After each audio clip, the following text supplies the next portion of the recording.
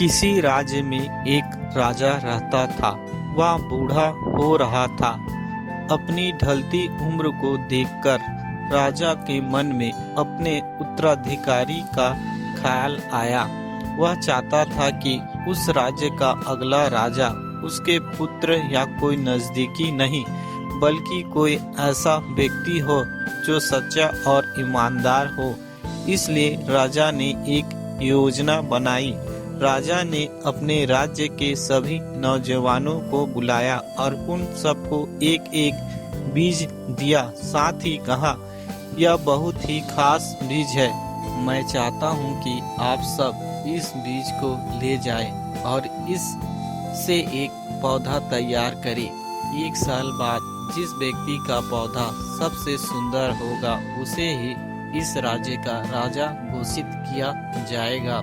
यह सुन सब बीज लेकर खुशी खुशी चले गए। उन्हीं नौजवानों में एक नौजवान था, मोहन। मोहन ने भी बाकी लोगों की तरह बीज ले जाकर एक गमले में बो दिया, लेकिन 3 हफ्ते बीत जाने पर भी मोहन का बीज अंकुरित नहीं हुआ। उसके साथियों के बीजों से बहुत सुंदर सुंदर पौधे उग गए थे।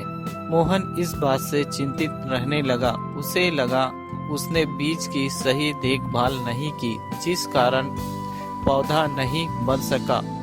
वह राजा को क्या जवाब देगा? उसके दोस्त उसे अपने पौधे के बारे में बताते, लेकिन उसके पास बताने के लिए कुछ नहीं था। किसी तरह धीरे धीरे 1 साल बीत गया।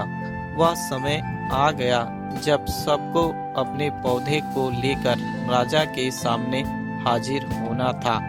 सभी बहुत उत्साहित थे, मगर मोहन बहुत परेशान था। वह अकेला ही ऐसा था जो खाली गमला लेकर पहुंचा था। जो भी उसे मिलता उसकी हालत पर हंसता। अब इंतजार खत्म हुआ और राजा पौधों का निरीक्षण करने लगे। राजा सभी के सुंदर पौधे देख रहे थे।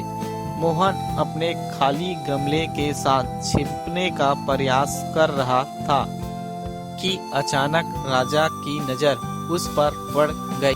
उसने अपने सैनिकों को आदेश दिया कि मोहन को उसके सामने लाया जाए। यह देख मोहन बुरी तरह डर गया। वह सोचने लगा, शायद अब राजा मुझे मरवा देंगे। जब मोहन को राजा के पास लाया गया तो राजा ने घोषणा की, नगरवासियों, अपने नए राजा को देख लो। मोहन को इस पर विश्वास नहीं हो रहा था। सभी लोग भी हैरान थे कि राजा ने मोहन को अगला राजा कैसे बना दिया।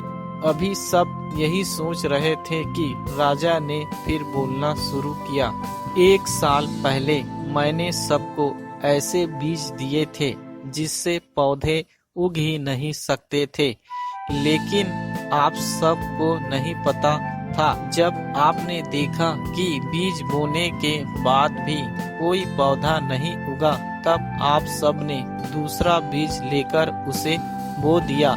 सिर्फ मोहन ही एक ऐसा नौजवान है जो पूरी ईमानदारी के साथ खाली गमला लेकर आया।